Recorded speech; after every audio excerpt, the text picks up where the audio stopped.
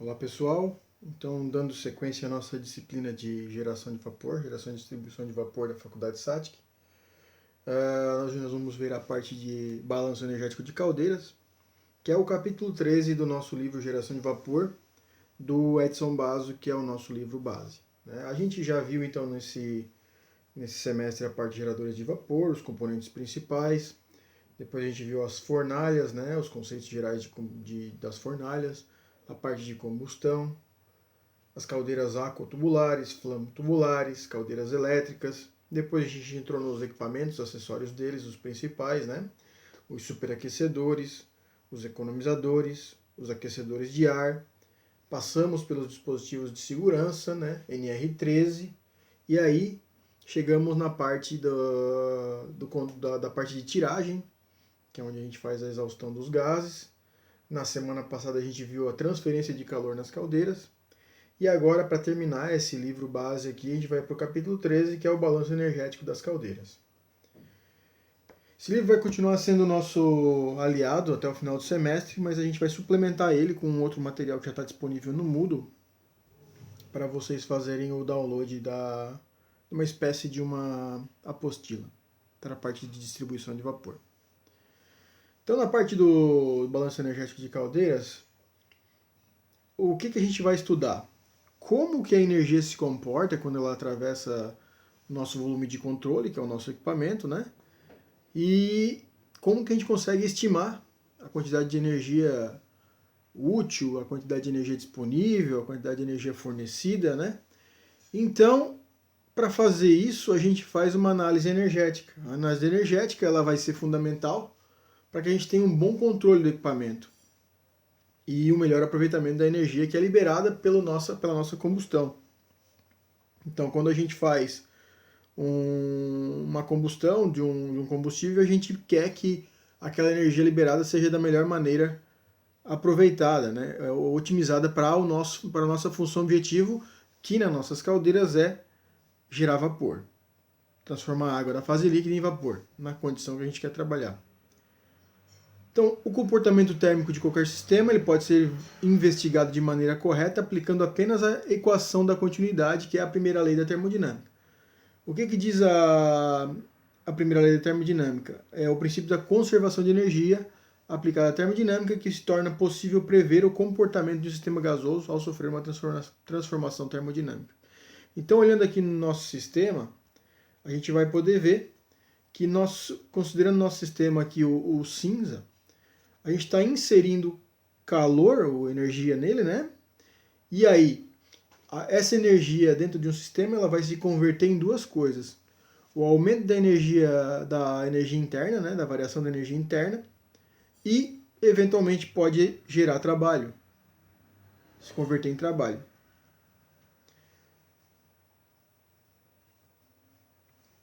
Analisando o princípio da conservação de energia no contexto da termodinâmica, o sistema não pode criar ou consumir energia, apenas armazená-lo ou transferi-lo. Dentro do volume de controle que a gente viu ali, a gente estava inserindo nosso volume de controle, a gente estava inserindo energia dentro dele, e a energia ela pode ser armazenada pelo nosso sistema, pela variável ΔU aqui da nossa equação da primeira lei. Lembrando que aqui eu tenho o Q, sendo inserido, o nosso ΔU ele vai ser armazenado dentro do nosso volume de controle e também pode ser realizado um trabalho ou ambas as situações simultaneamente. O trabalho então ele vai pegar parte dessa energia que veio do meu calor inserido, da minha variação de energia interna e vou transformar em trabalho.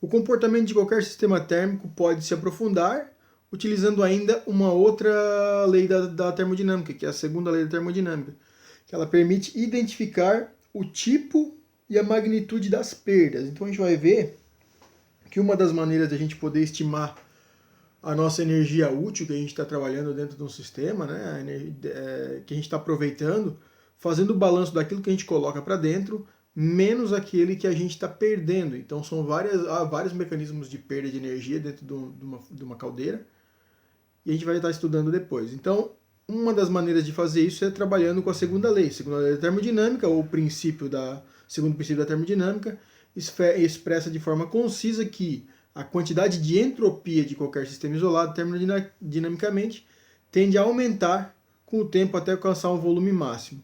O que é entropia, pessoal?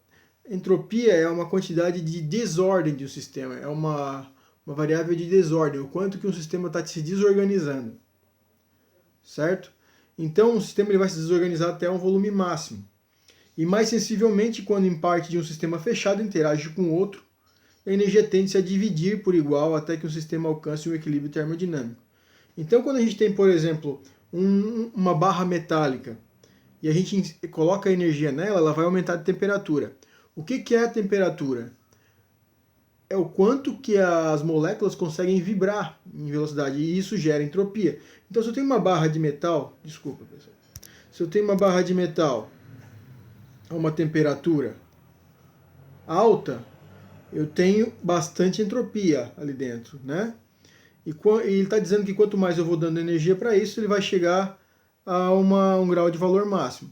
Se eventualmente eu encostar uma outra barra de uma outra temperatura nesse sistema aqui, pela minha fronteira, que é o contato, a segunda lei vai dizer que essa energia que tem disponível no corpo A aqui vai se transferir para o corpo B até que as duas estejam em equilíbrio térmico. Nesse caso, o equilíbrio térmico, ela está dividindo essa energia por igual entre os dois até que o sistema alcance o equilíbrio termodinâmico.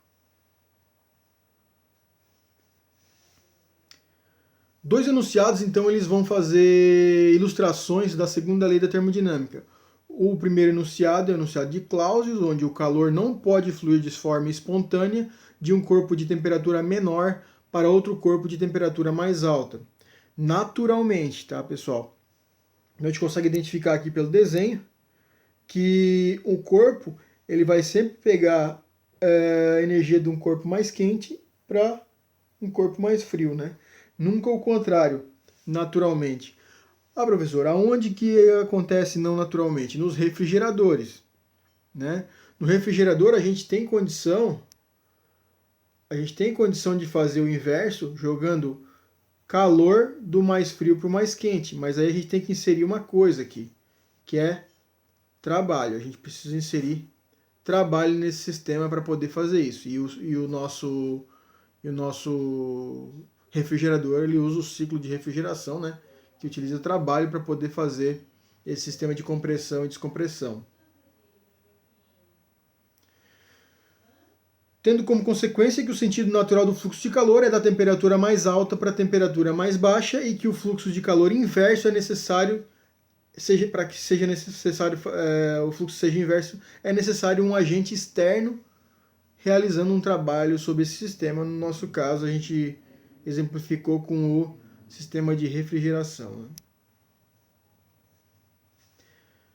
Um outro enunciado importante que vai ilustrar bem a segunda lei da termodinâmica, que é essa da geração de entropia, é o enunciado de Kelvin-Planck.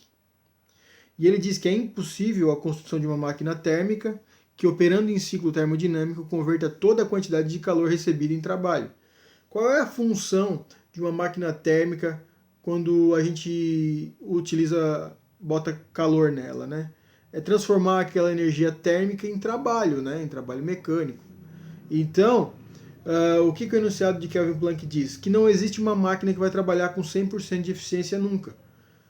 Mesmo que você tenha uma máquina bem desenvolvida, sempre parte da fonte quente que você está disponibilizando para fazer a geração de um trabalho vai ser para o trabalho e uma outra parte vai ser desviada do seu sistema para uma fonte fria. E nesse caso é o ambiente, né? E aí a gente pode exemplificar de várias maneiras esse tipo de máquina térmica. Mas o mais comum de se visualizar é ele trocando calor com as fronteiras com o ambiente externo. Aí.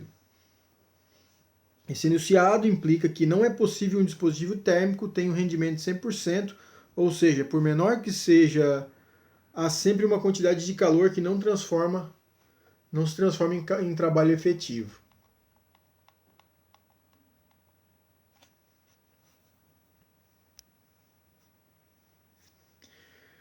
Para fazer o balanço energético, a gente precisa pegar aqui no nosso caso uma caldeira flamo-tubular aqui, que vocês conseguem identificar aqui pelo nosso, como sendo esse volume de controle aqui, né?